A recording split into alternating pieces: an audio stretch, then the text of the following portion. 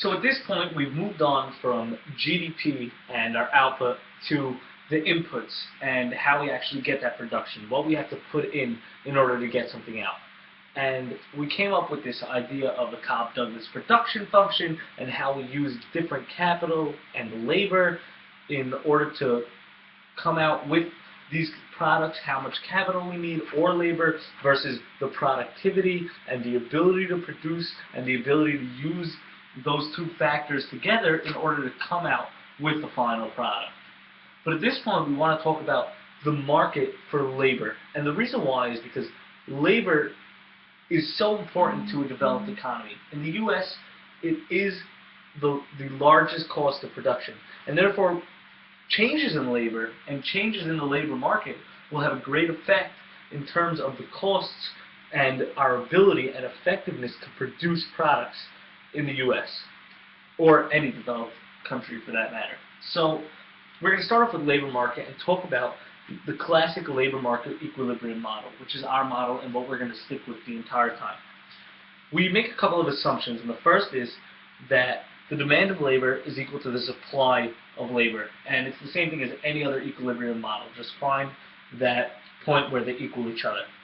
And even more so, we want to make the assumption that anyone who wants a job has a job. It's a frictionless market. There's no trouble getting a job. There's no time wasted getting a job. There's no LinkedIn and waiting for someone to see your resume so you can get the job. If you want a job, you automatically have it. Now, in our model, we're going to represent the number of hours worked with N bar, and that's going to be full employment. So that's the hours worked given that the entire population that wants to work is working. So the total amount or full employment hours.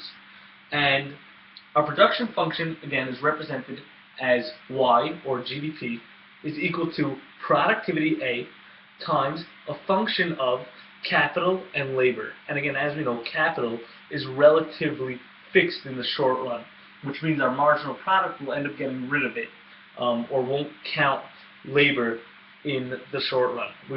Won't count capital in the short run. And from there, we're also going to talk about, well, this N bar, or this full employment. I mean, how does it fluctuate? And that's a question we really need to ask ourselves, because that's, again, going to determine this labor market. Well, how do we get more hours in the market? How does that happen? So the first way is through population growth, and an increasing population. And the second is through participation growth, through more people wanting to participate in the market. For example, we see now more women entering the labor market over the last 20 years. And that has, again, increased the amount of hours that could be worked. And of course, those two factors can work in the opposite direction in terms of decreasing the amount of hours available or supplied in the labor market. Now, another reason why it's very important for us to forecast or build out this labor market, this supply and demand equilibrium model, is because economists are able to, once they figure out the equilibrium point of supply and demand of labor, they can draw up, well, okay, we know this is how many hours that were used in terms of producing, this is how many hours that employees put in this year, this is how many hours employees were employed. Well, we could draw that up to the GDP graph, and we can clearly draw a line which tends to be fairly accurate back to the actual number of GDP. We can estimate GDP just by having the amount of hours worked in a year or supplied by a labor market. And that's a very powerful tool for analysts to come up with a GDP figure and to predict and forecast where the economy is going. And so again, this just goes to show how important it is to understand this labor market equilibrium. Now, another point, at equilibrium, we make the point that wage is equal to the marginal product of labor, which makes a lot of sense. Because if I'm a firm, I'm not going to pay my worker any more money than the benefit that he provides me. The marginal product of labor is how much product or how much he's able to produce for every, or how much my workers are able to produce for every hour of work extra that they do. So for every hour of work, if they can produce 5 units, let's say, and again we're speaking in real terms, then the real wage that I'm willing to pay them, the max wage I'm willing to pay, is 5 units. Anything more, I'd be losing money. And anything less, well, I would pay them less, of course, but the max would be 5 units. And again, that's real wage. So we assume real wage is equal to marginal product of labor.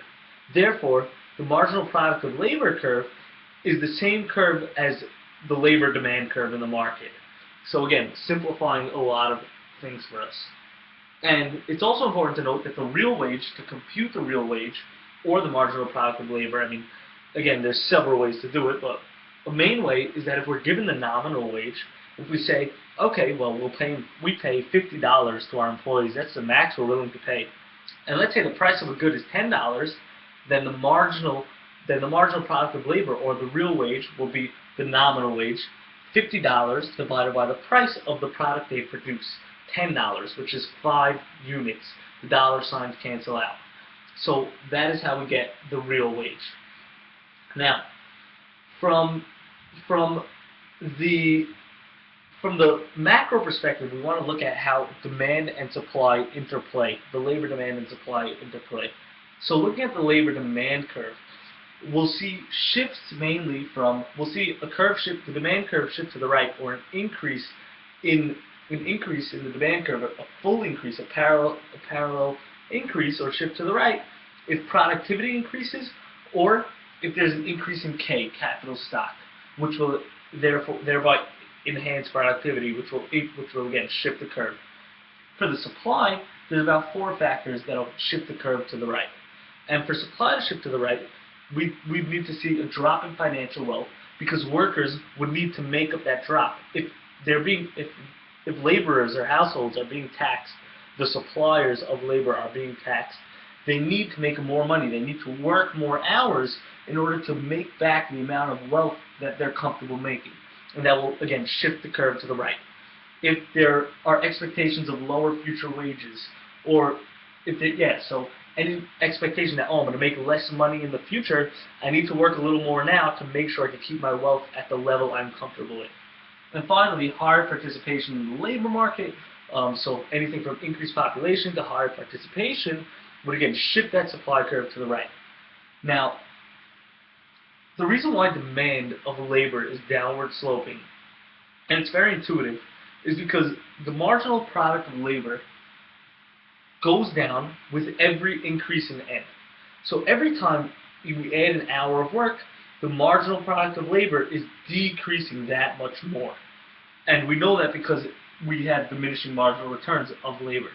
So you are less productive, and therefore you will get paid less. So for every hour more, you are less productive, and therefore you're going to get paid less. And that's why the curve is going down, because the left axis, the y-axis, represents the wage, or how much you will be paid for your work.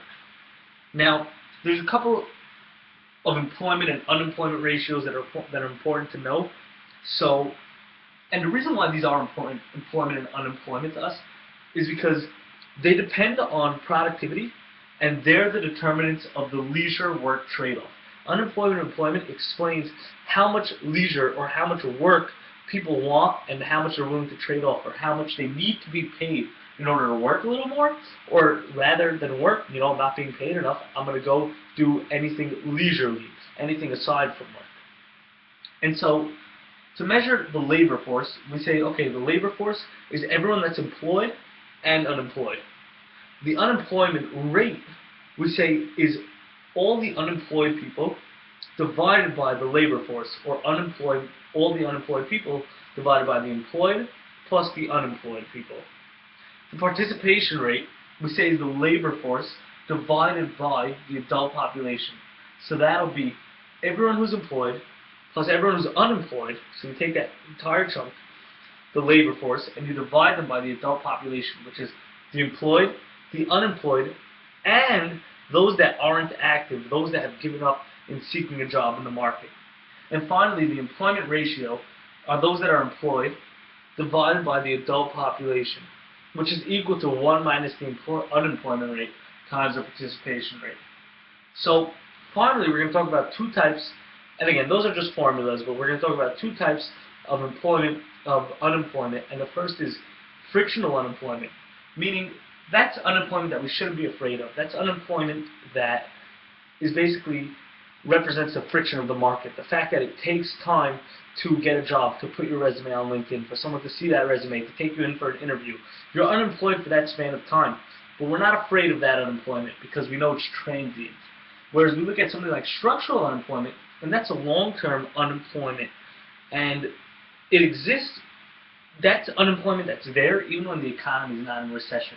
For example, imagine you work at a mining company, and sooner or later the copper mine runs dry. There's no more copper left. You're now working for a company that has no work for you to do. This industry is gone. There is no more copper. There's no other mine for you to work because they're all at max capacity. That's unemployment that you can't overcome. That's a structural unemployment. The job is gone. And so that's unemployment that we do worry about. And with that, we've concluded everything important, really, under unemployment, employment, and the labor market. It's just important to remember that we use the labor market supply and demand equilibrium to forecast and sort of charter out how much GDP will the economy produce in a certain year or in a certain time frame.